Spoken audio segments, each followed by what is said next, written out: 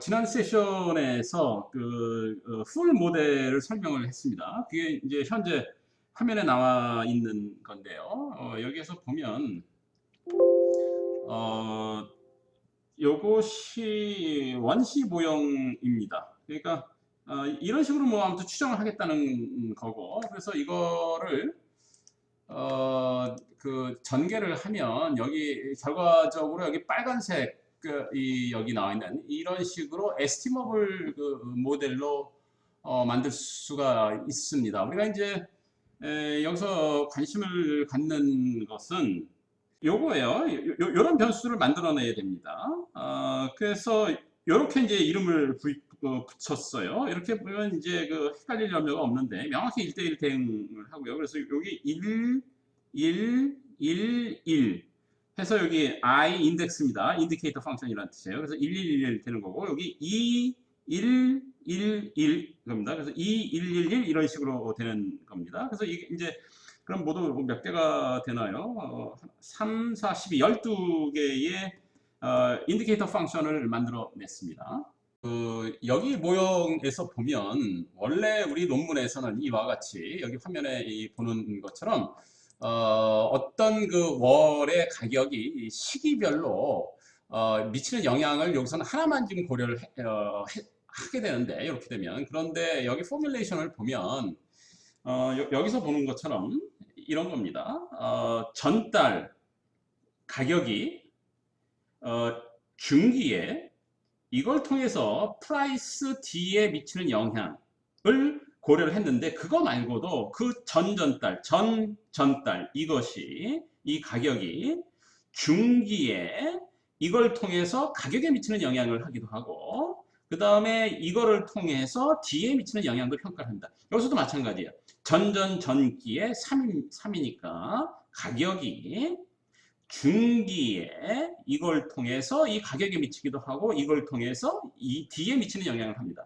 여기서도 보면 요것만 전달 T-1 기에만 포함한 것이 아니라 여기처럼 T-2, T-3 등 한 달뿐만 아니라 여러 달에 걸친 지난 그 영향이 T월에 미치는 영향을 포함하고 있습니다. 이거는 효과들이 지연 효과가 있기 때문에 우리 원래 그 논문에 나타나는 이렇게 해서 그 직전 월이 그 다음 월에 미치는 영향만 고려한 것이 아니라 여기서 보면 석 달에 걸쳐서 고려를 하고 있습니다. 여러분들이 원하는 물론 이렇게도 할 수 있을 겁니다. 뭐 이렇게도. 근데 이 부분은 피하고 세 달만 보겠습니다. 여기서 이제 우리가 보면 VAR 3을 쓰고 있는데 이 3이 바로 요거하고 일치하는 이런 방식으로 했습니다.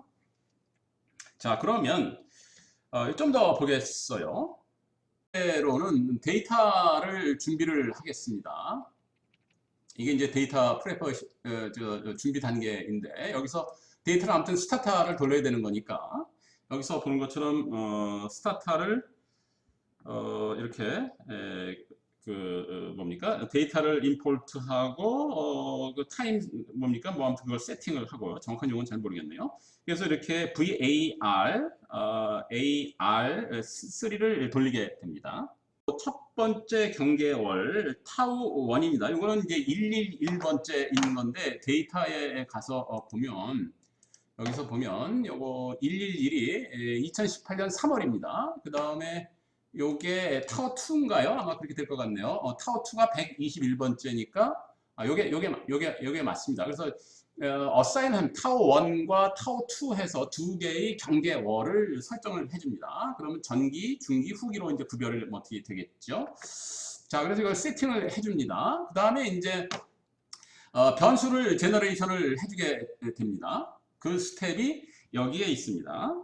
여기에 이렇게 있고 그래서 아까 그 위에서 봤던 변수도 있잖아요. 그러니까 I1111, 뭐 I2111을 하는데 이거를 만들기 위해서 요거하고 비교해서 봐야 되겠죠. 그래서 정확히 만들어야 되는 거니까 요 부분이 요 부분이 요거에 해당을 합니다. 그래서 generate 이 함수를 쓰게 되는데 컨디셔널 스테이트먼트입니다. 그래서 tau1이 이거하고 크기를 비교해서 요겁니다. 요 함수예요. 해서 yes이면 1, no면 0이 됩니다. 이거는 이제 요 obs-1이 일기 전 건데 이것이 2기에 속하느냐라는 걸 보는 겁니다. 만약에 2기에 속한다 그러면은 이제 추가 마지널 이펙트로 아까 그 위에 있는 요 항을 요 마지널 이펙트를 반영하겠다라는 그런 거가 됩니다. 그래서 그리고 요거는 이제 돌리게 되면 스타트를 돌리게 되면 이게 아마 제너레이션이 자동적으로 되는 모양입니다. 그래서 그 전기거 L1입니다. 그래서 그걸 곱해줘서 이렇게 만듭니다. 그래서 이런 스텝이 있게 되고요. 그래서 이런 식으로 해서 이렇게 다 만들어줍니다. 이렇게 비교를 해서 보면 이렇게 돼요. 그래서 요거 하나씩 비교해서 신중하게 해주면 됩니다. 그래서 이거를 만들어 보겠습니다. 실제로. 네, 지금 이거 했습니다. 그래서 엔터를 치면 모두가 제대로 작동된 것 같습니다. 여기 화면에 왼쪽 보면 문제가 없습니다. 그래서 데이터 컬럼을 가서 보면 화면인데 12개의 새로운 변수가 여기 보는 것처럼 I1111에서부터 쭉 저 끝까지 됐고요. 여기 이제 데이터 엔트리가 있습니다. 이거 이제 전기 가격, 이거 중기 뭐 가격, 뭐 이런 반영되는 거, 뭐가 이렇게 이제 됐고요. 이건 D가 반영되는 거고 해서 제대로 된 것 같습니다.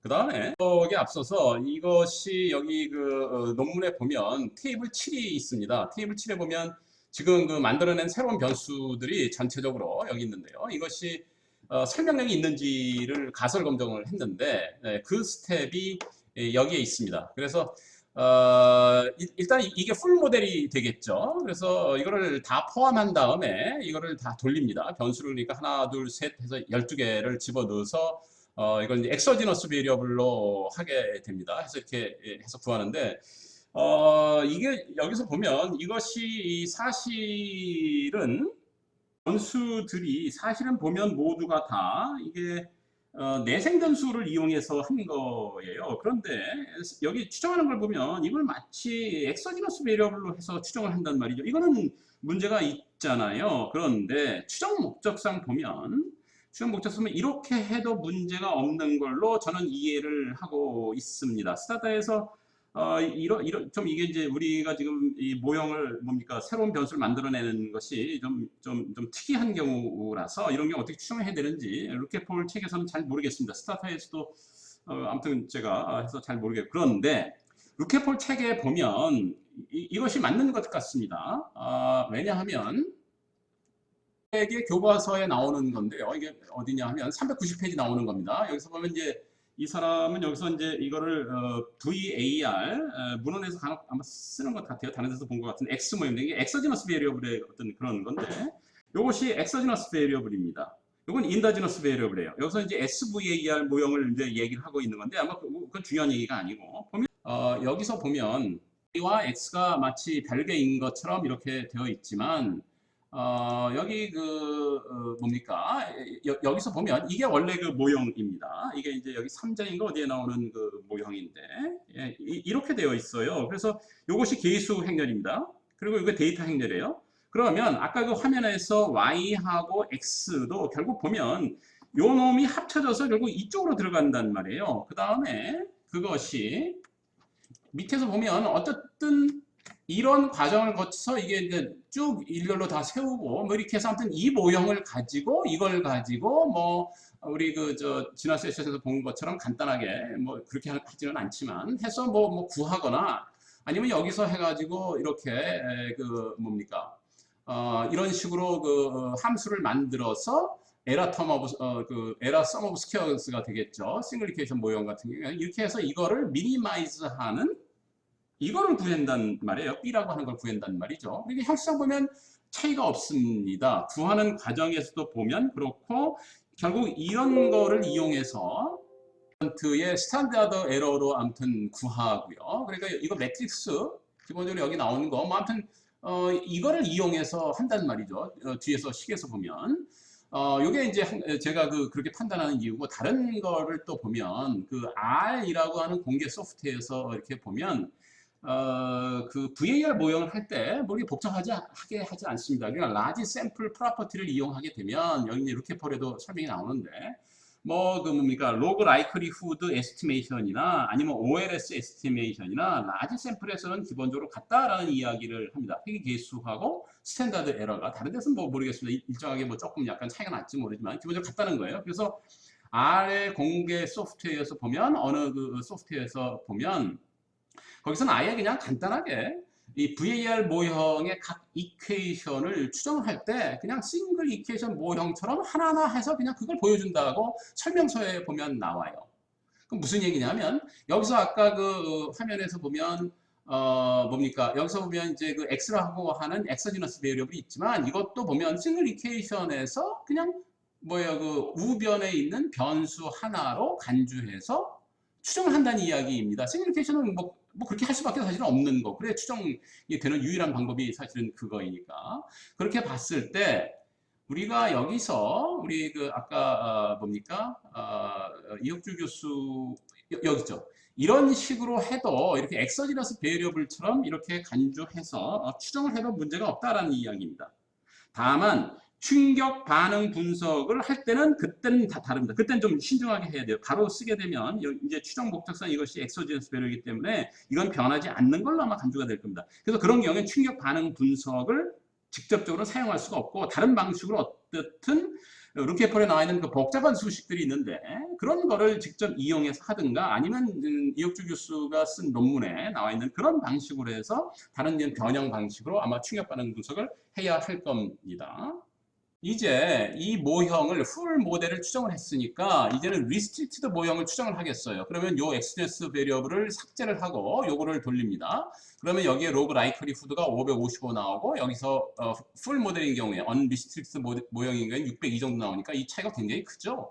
이건 뭐 뭡니까 가설 검증 해볼 것도 없습니다. 다시 말해서 이 변수가 굉장히 잘 설명을 한다는 겁니다.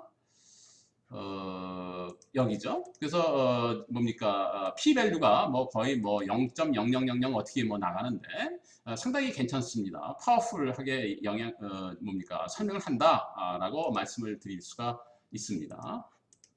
혹시 지금 추정을 해볼게요. 추정이 되었습니다. 그래서 여기 보면 나와 있고요. 이퀘이션의 R시각 값이 상당히 증가했어요. D하고 프라이스의 R시각 값이 상당히 많이 증가했어요. 전에 이게 30 몇 %였고 이게 몇 %, 아무튼 낮았는데 제법 상당히 많이 증가를 했고요. 변수가 뭐 증가하니까 당연한 이야기입니다. 그리고 여기 이제 디퍼런셜 임팩트들이 여기 다 이렇게 다 나와 있습니다. 보면 한번 보죠. 대충 보면 어떻습니까? 이게 유의도가 뭐 나쁘지 않습니다. 이거 상당히 높고요. 요게 뒤에 보면 여기서도 보면 유의도가 상당히 높아요. 제법 높습니다. 이것이 뒤에 이제 우리 그림에 보면 그 유의도인데 디퍼런셜 임팩트가 그 유의하냐 이거를 할 때 기본적으로 이런 것이 바탕이 돼 있기 때문에 아주 흥미로운 결과가 나왔다라고 말씀을 드릴 수가 있습니다. 앞서서 지금 베이스 이펙트를 먼저 구하는 거 계수를 더해야 되거든요. 그러면 여기서 보면 여기서 전기 가격이 가격에 미치는 영향은 요겁니다. 요거. 그 다음에 전전기 가격이 이것의 T기 가격에 미치는 영향은 요 부분입니다. 전기 가격이 이 가격에 미치는 영향은 요 부분입니다. 따라서 요것이 베이스 이펙트가 돼요. 즉 프라이스가 프라이스에 미치는 베이스 이펙트는 요거를 다 더한 거를 A159라고 해서 A1 더하기 A5 더하기 A9로 구성을 할 수 있겠죠. 마찬가지입니다. 베이스 이펙트가 이를테면 요건데 요것이 뭡니까 그 전기 D가 D에 미치는 영향은 요거입니다. 그죠? 곱하면 그렇게 가니까. 그 다음에 이 D가 D에 미치는 영향이 베이스 이펙트가 요거입니다. D가 D에 미치는 베이스 이펙트가 이겁니다. 따라서 이거를 이름을 붙이겠어요. 베이스 이펙트. 그러니까 D가 D에 미치는 베이스 이펙트라는 뜻입니다. 그러면 요거 4, 8, 12 4, 8, 1, 2 해서 A4 더하기 A8 더하기 A12가 되죠. 이런 변수를 만들어내야 돼요. 그러니까 이거를 추정을 한 다음에 출력을 하고 이거를 일일이 손으로 요걸 찾아서 이런 변수를 개수를 더해줘야 됩니다. 그리고 이거에 뭡니까 스탠다드 에러를 계산해서 이것이 0하고 다른지 어떤지 검증도 물론 해야 되고요. 마찬가지로 자 여기서 보면 마지널 이펙트를 보겠어요.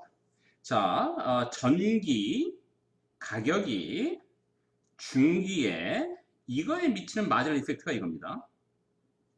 그러면 마찬가지로 가격이 여기서 보면 이 가격이 그것이 후기에 미치는 프라이스 P에 미치는 마지널 이펙트가 이거입니다. 그래서 이것이 중기에 발생했느냐 초기에 발생했느냐에 따라서 이 인디케이터에 따라서 이것이 더해지기도 하고 더해지지 않기도 하고 그렇게 되는 거죠. 그럼 이제 여기 하는 지시 함수들을 스타타에서 생성을 합시다.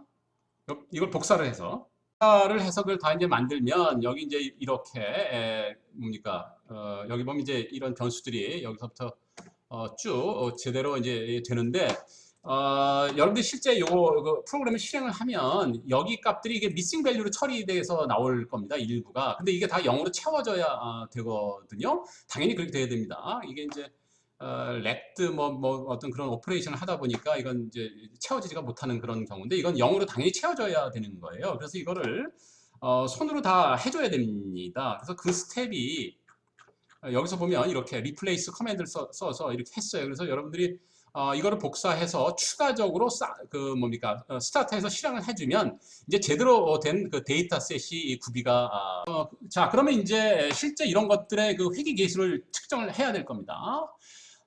그래서 이걸 돌려요. 이렇게 해서 돌리겠습니다. 제대로 잘 돌아갑니다. 됐고요. 그 다음에 이제 우리 아까 본 것처럼 이게 자 보세요. 이게 잘 봅시다. 이게 계속 반복되지만 아까 했나요? 설명했나요? 모르겠네. 마지막 이펙트가 프라이스 P가 전달 것이 중기에 발생했을 때 프라이스 T 월에 미치는 프라이스 D에 미치는 영향이 이만큼이다라고 그랬잖아요. 이것이 중기냐 이것이 전전달 것이 이게 초기에 속하느냐 중기에 속하느냐 그 다음에 전달 것이 다시 중기에 속하느냐 뭐 이런 거잖아요. 이것이 의미하는 바가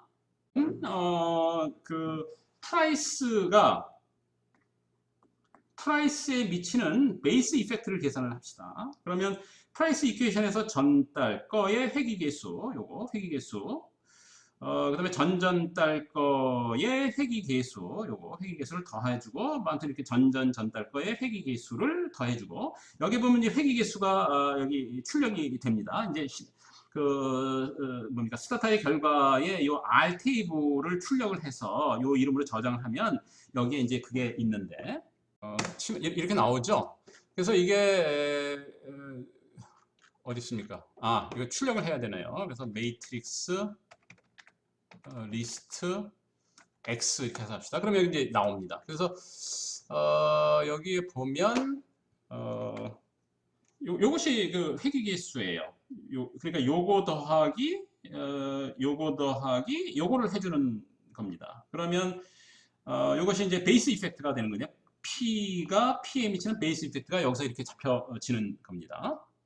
다시 원래 그래서 이거를 더하게 되면 그래서 이거 여기 됐으니까 이거 B 로우 B의 첫 번째 로우 행입니다. 거기에는 이 행위 개수에다가 더해서 하면 결국 아무튼 이 작업을 하는 건데 그래서 그걸 이름을 159라고 하는 새로운 확률 변수로 저장을 해주는 겁니다. 그 다음에 요거는 마지널 이펙트일 겁니다. 그러니까 요거 프라이스 이퀘이션에 i1111이라고 하는 변수의 회귀개수, 그 다음에 i1212 이거 요거에 대응하는 거죠. 그래서 요걸 세 개를 더해서 이렇게 저장을 해라 라는 겁니다. 그다음 나머지 것들도 보면 그런 식으로 해서 그 변수를 갖다 모두 이렇게 만들어낼 수가 있습니다.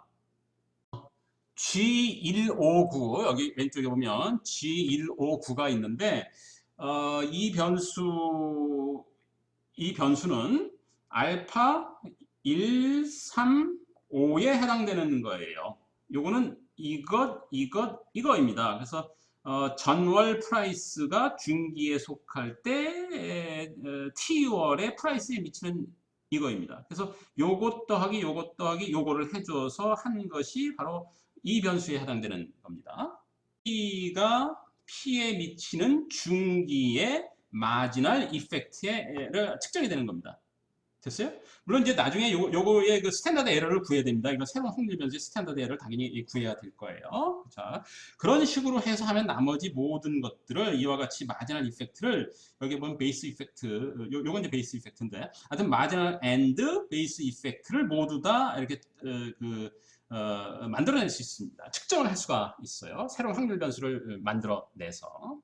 그러면 이걸 실행을 합시다. 스타트에서 실행을 하자고요. 그래서 복사를 한 다음에 스타트로 가서 실행을 합시다. 이걸 지워야 되겠죠? 이런 것들은. 자, 실행을 하겠습니다.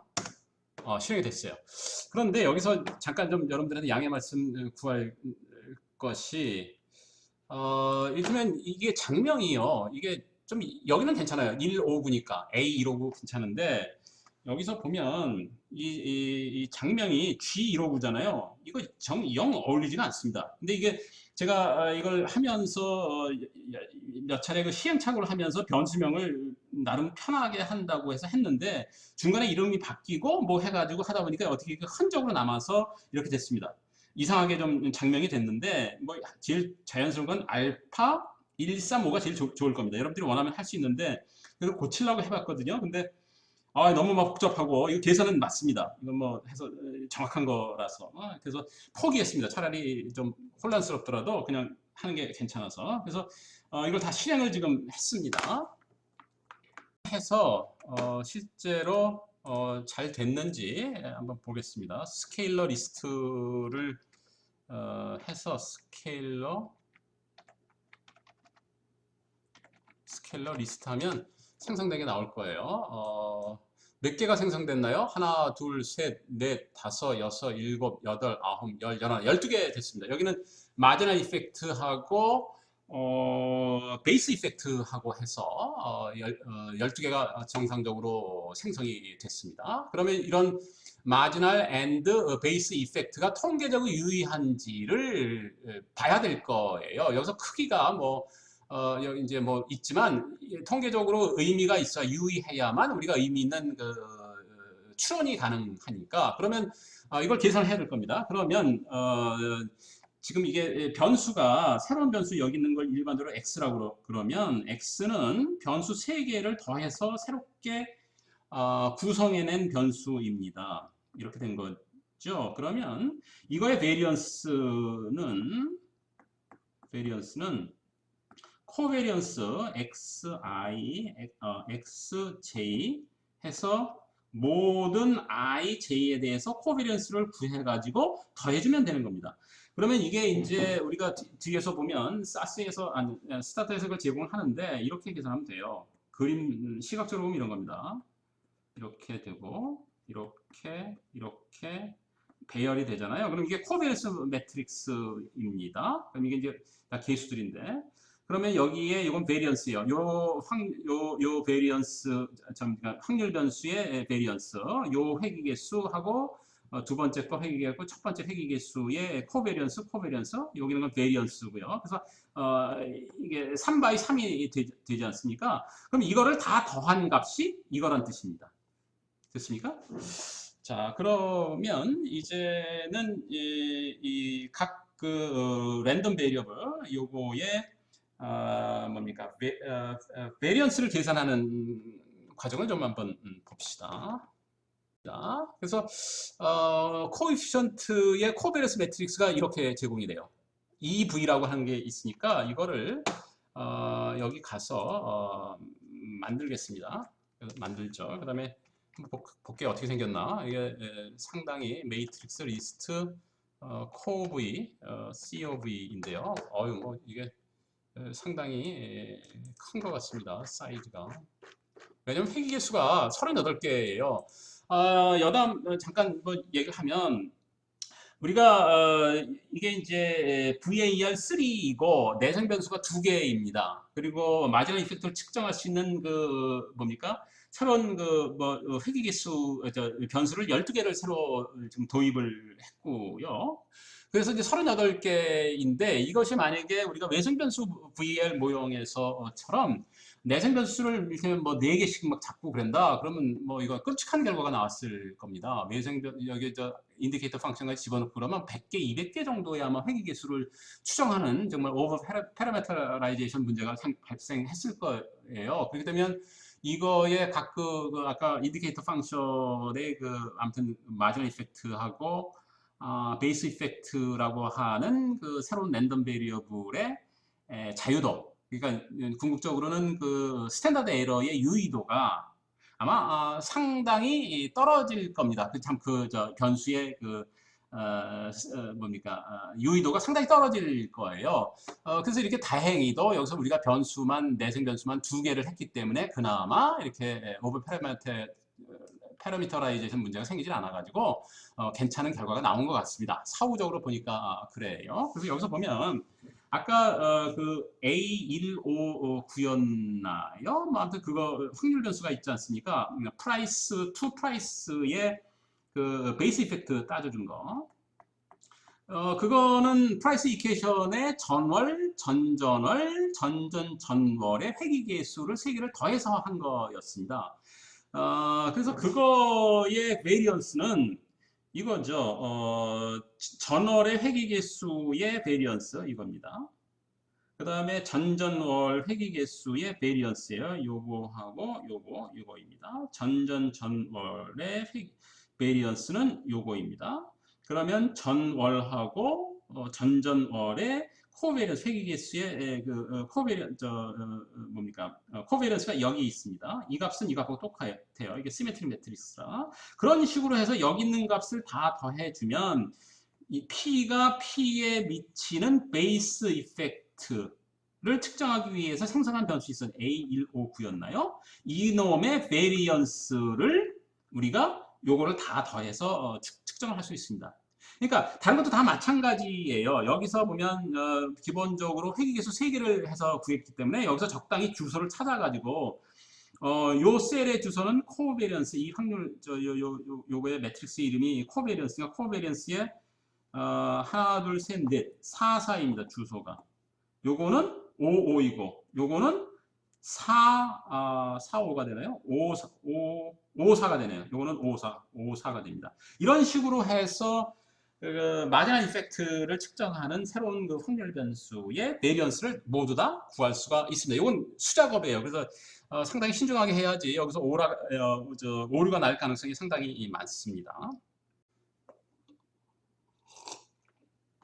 자, 여기 화면에 실제로 각 뭡니까 베이스 앤 마전 이펙트 확률 변수의 베리언스를 계산하는 그 공식들이 화면에 지금 나와 있습니다. 그래서 여기서 보면 셀 주소를 이렇게 해가지고 지금 하고 있죠. 그래서 이거를 스타터에다 집어넣어서 실행을 하면 이 베리언스들이 다 나옵니다. 그걸 실행을 하고 보겠어요.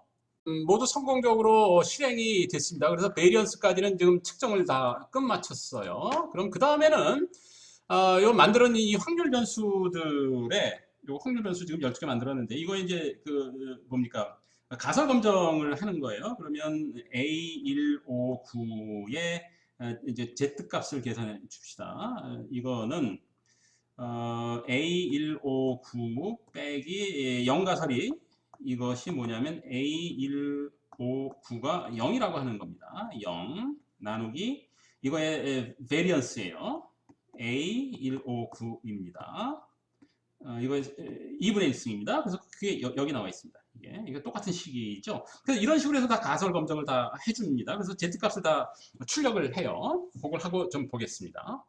그 다음에 그럼 이제 생성된 그 스칼라들이 어떤 것이 있는지 출력을 하면 z값 가설 검정한 거 하고 베리언스 이거 베리언스 이따 또 좀 쓰겠습니다. 엑셀 화면 엑셀에서 그 다음에 마지널 앤드 뭡니까 베이스 이펙트 이렇게 해서 12개 이렇게 해서 했습니다. 그래서 일단 여기서 보면 그 마지널 이펙트하고 베이스 이펙트들이 상당히 유의해요. 이렇게 보면 이렇게 굉장히 유의하지요. 상당히 유의합니다. 이렇게 이건 뭐 유의하지 않더라도 상당히 높고요.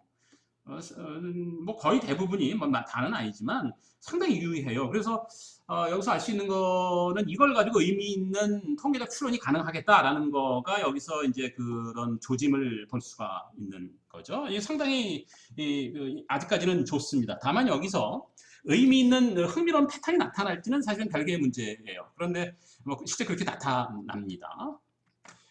그러면 이 결과물을 엑셀 화면에서 엑셀로 다 읽어 드리겠습니다. 그 결과를 보겠습니다.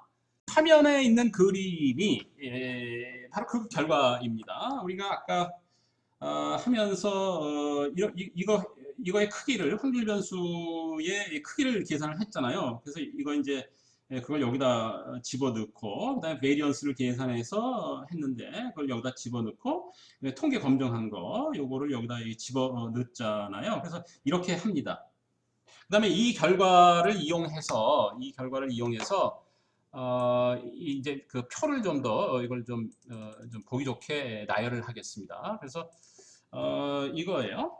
여기서 보면 요게 프라이스 투 프라이스 효과였잖아요. 요것이 프라이스가 프라이스로 미치는 베이스 이펙트였습니다. 맞죠? 그러면 요것이 일로 간 거예요. 프라이스 투 프라이스의 베이스 이펙트입니다. 피리어드 1. 그래서 이런 식으로 해서 이걸 다 여기 있는 거를 여기다가 적당히 12칸에다가 3 곱하기 4 12칸에다가 적당히 배분을 다 해줘요. 그러면 이제 이게 알 수가 있는 거죠. 그래서 여기서 이제 보면 D 쪽을 한번 봅시다. 여기서 보면 D가 D에서 미치는 영향이 베이스 이펙트가 0.71입니다.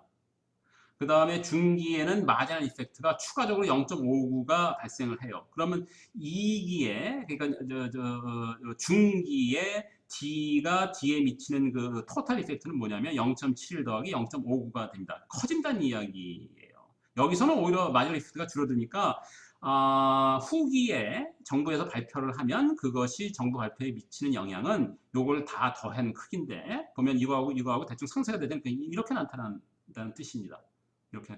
그 다음에 이제 프라이스에 미치는 영향을 보면 이건데요. 이거 보면 초기에는 0.86이었고 2기에는 마지널 이펙트가 이렇게 줄어들었습니다. 따라서 2기의 토탈 이펙트는 프라이스를 유발하는 효과는 0.86 빼기 1.3이니까 마이너스 한 0.5 정도. 그러니까 프라이스가 오히려 프라이스를 낮추는 그때 가격 추세가 이렇게 올라가 이렇게 떨어진 뭐가 있었고 아마 그 영향일 수도 있고요. 아무튼 그렇습니다. 근데 이때 가면 이걸 상쇄하고 나면서 오히려 더해집니다. 이제 굉장히 커지죠. 이런 겁니다. 그래서 이거를 그림으로 그린 결과가 보면 여기 있습니다. 이건데요. 여기서 보면 DD 큐뮬러티브는 관심이 없으니까 이거예요. 이거 지우고 봅시다. 그러면 D2D가 요건데 이게 이거예요. 요거는 베이스 이펙트고 요거는 마지널 이펙트 at period 2고 이건 마지널 이펙트 at period 3입니다. 됐습니까? 그래서 요것은 근데 이제 요거 아마 유의할 겁니다. 그리고 이것도 유의하고 아마 이거는 유의하지 않든가 뭐 모르겠는데 아무튼 상당히 유의하게 나오고요. 그다음에 D2 프라이스 이펙트는 이때 베이스 이펙트는 이렇고 2기의 마지널 이펙트는 이렇습니다. 따라서 2기의 D2 프라이스의 토탈 이펙트는 이것 더하기 이거가 되겠죠. 있죠. 그래서 D가 프라이스에 미치는 영향은 중기인 경우에는 0.2 더하기 0.7, 0.8 돼서 한 2.0 정도가 나옵니다. 상당히 커요. 근데 여기가 되면 하반기가 후기가 되게 되면 D가 프라이스에 미치는 영향이 이거하고 거의 크기가 어떻습니까? 이게 2.0 거의 2.0 비슷하죠. 거의 상쇄가 되고 이것도 작아요. 그러니까 이때 사실 0입니다. 실제 계산은 마이너스 0.03가 그래서 D가 프라이스에 미치는 영향은 정부에서 대책을 열심히 발표하는데 문재인 정부의 2019년 돼가지고 마지막 10달에 보면 사실상 효과가 없습니다. 그러니까 계속 19번 해서 뭐 10번 해서 20번 가까이 하긴 하는데 헛물 튀는 거예요. 강박적으로 발표를 하는 겁니다. 그러니까 정책에 대한 통제를 상실했을 때 약물 중독자가 약물에 대한 통제력을 상실했을 때 습관적으로 그 사람들은 이제 전문 책인가 그걸 보면 그걸 컴펄서리라고 부르더구만요. 통제를 잃었을 때 그냥 강박적으로 정부 대책을 발표하는 거예요. 그런 현상이 나타납니다. 그래서 이걸 이용해서 이게 이제 베이스 이펙트, 마지널 이펙트이니까 이런 그림을 프라이스에 대해서도 프라이스가 D에 그다음에 프라이스가 P에 하는 이런 마지널 이펙트 커브를 이렇게 그릴 수가 있고 이걸 이용해서 토탈 이펙트 커브를 그릴 수가 있어요. 교재에 보면 이것이 뭡니까? 표로 정의가 되어 있는데 볼까요? 여기 보면 이미 아까 조금 전에 본 그림입니다. 그래서 이건 이제 상당히 유의합니다. 1%, 1%. 상당히 유의한 게 전체적으로 나오고 여기서도 상당히 유의하게 나옵니다. 요거는 P2 D 혹은 P를 얘기하는 거. 이건 D가 D 혹은 P로 하는 겁니다. 이때 상당히 커요. 이렇게 높습니다. 이게 아무튼 그런 거고. 그래서 이 그림을 이용해서 토탈 이펙트를 우리가 표를 한번 만들어 보겠어요. 그 결과가 여기 있습니다. 이거입니다. 이 표인데 표 8이네요. 표 8에 보면 이건 D에 관련된 건 D2, D 혹은 D2 프라이스고 이건 프라이스 2, 뭐 아무튼 그런 겁니다. 그래서 D2D의 토탈 이펙트, 1기니까 이건 베이스 이펙트인데 아까 그 그림의 E1의 높이입니다. 그것은 0.71. 그러다가 중기되면 D가 다시 그 자신의 대책을 유발하는 효과가 증가해요. 이때는 오히려 자기 취하는 현상이라고 해야 될까요? 효과도 사실은 그렇게 나타나는 것 같지도 않고 조급증이 발생한 것 같습니다. 그래서 D가 오히려 D를 하는데 이때 되면 더 오히려 가속화됩니다. 이때 되면 좀 줄어들기는 했어요.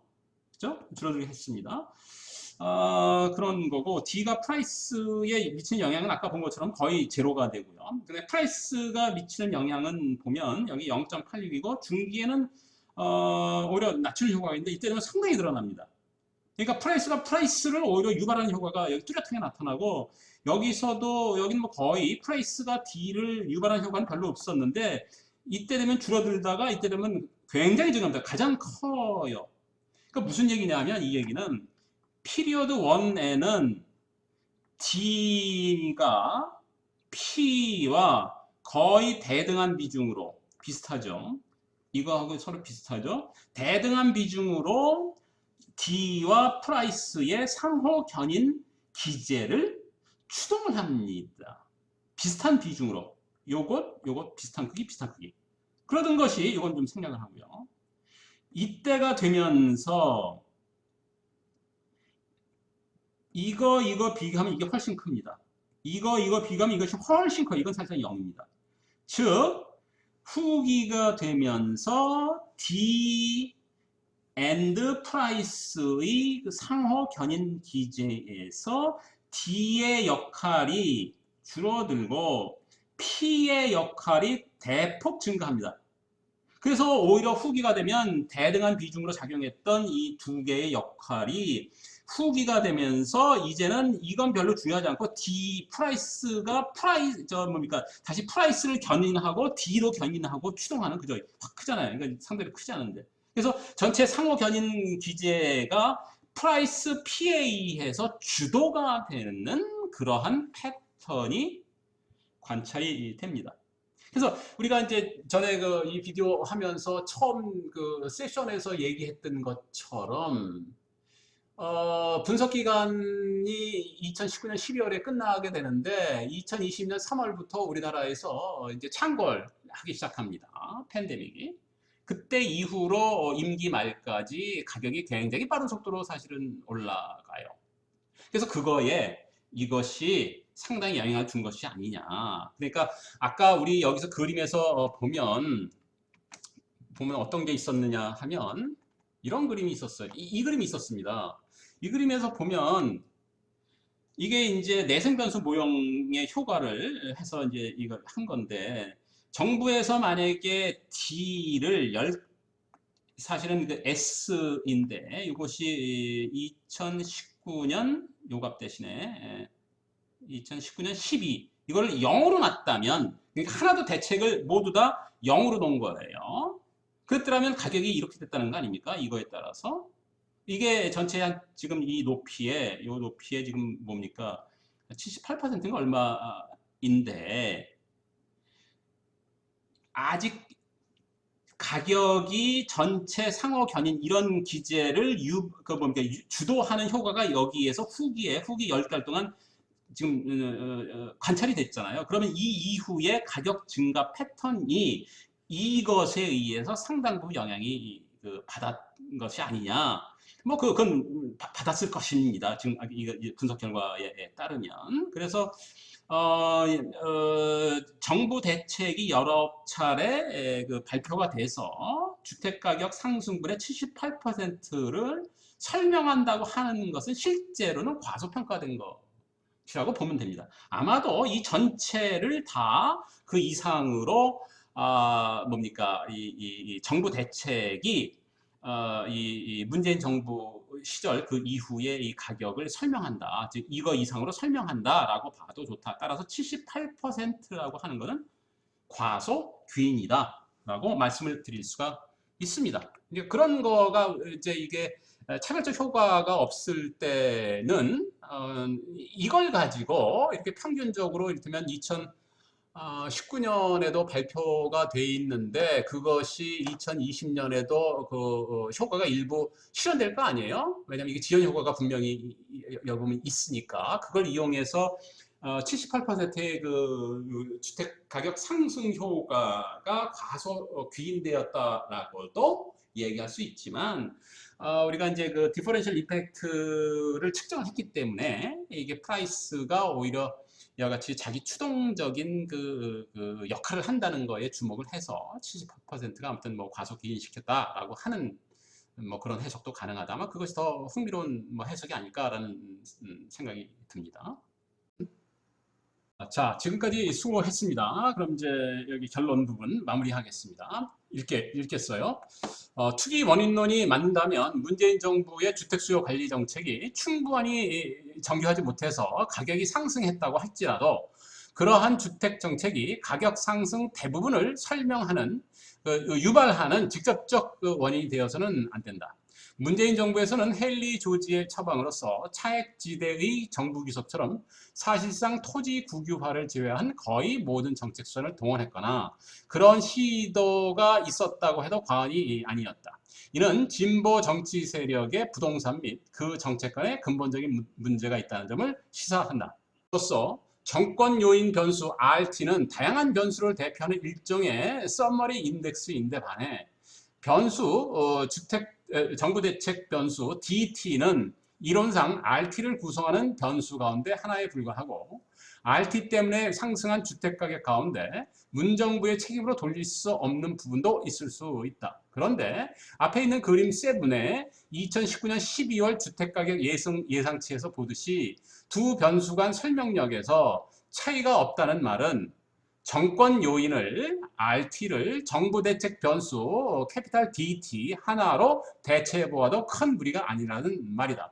따라서 2017년 5월에서 2019년 12월까지의 기간에 오른 주택가격 대부분이 정권 요인이면서 동시에 정부 대책의 결과가 된다. 문정부의 당국자와 투기 원인론자는 문정부에서 빠르게 오른 주택 가격이 이전 정부의 부동산 및 거시 정책의 결과 라고 비판하기도 한다. 반면 문정부의 비판적인 입장에 있는 사람들은 박원순 서울시장의 주택 및 도시정책의 결과 서울 주택가격이 빠르게 상승했다고 맞대응한다. 이 논문은 그림 3에서 설명을 했듯이 전자의 입장에 서서 가능하면 문정부 측으로 귀인시킬 수 있는 주택가격 상승분을 최소화하고자 했다. 후자의 입장을 가진 인사라면 그림 3에서 EF 모드를 박근혜 정부 대신 박원순 시정으로 귀인시키고 17년 5월에서 19년 12월까지 서울 주택가격이 급등한 것을 진보 정치 세력의 책임으로 돌리고자 할 것이다. 좀 더 구체적으로 식 3에서 PGH 박근혜 정부의 정권 요인 변수 없이 측정하면 17년 5월에서 19년 12월까지 오른 주택가격의 93%를 진보 정치 세력으로 귀인시킬 수 있다. 문정부의 비판적인 인사들의 입장에서 볼 때 이 논문에서 진보 정치 세력으로 귀인시킨 주택가격 상승분은 과소한 것이 된다. 이 논문의 주요 내용을 다음과 같이 정리할 수 있다. 첫째, 문정부 출범 후 오른 주택가격 대부분이 정권 요인 및 정부 대책의 결과물이다. 나중에 차등 효과, 그걸 따지면 오히려 100% 모두이거나 혹은 그 이상일 수도 있다. 둘째, 19년 12월까지 주택가격 상승 효과의 일부만이 실현된 채 미실현 지연 효과가 존재한다. 셋째, 여러 모형에서 문정부의 정권 요인이 서울에서 아파트 가격 및 전세 가격의 영속적 상승 요인으로, 다시 강조합니다. 영속적 상승 요인으로 작용했지만 박근혜 정부 요인에 대해서는 그 유의도가 떨어지기 때문에 insignificant합니다. 유사한 평가를 할 수가 없다. 넷째, 초기에는 정부 대책과 주택가격이 비슷한 비중으로 양자간 상호 견인 기제에서 역할을 했지만 후기가 되면서 가격 상승이 또 다른 가격 상승을 유발하는 자기 추동적 가격 상승 과정으로 전환되었다.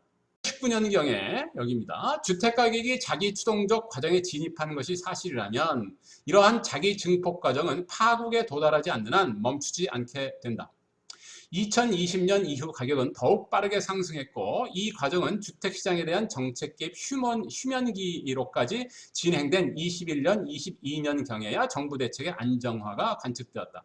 문재인 정부의 부동산 정책은 후기에 형성된 자기 추동적 가격 상승 과정이 자기 파괴적으로 작용하여 정책 파국을 초래했고 그 모순이 정권 교체 방식으로 해체된 사례라고 볼 수 있다. 이상입니다. 수고하셨어요. 원래 논문을 좀 자세히 보시기 바랍니다. 감사합니다.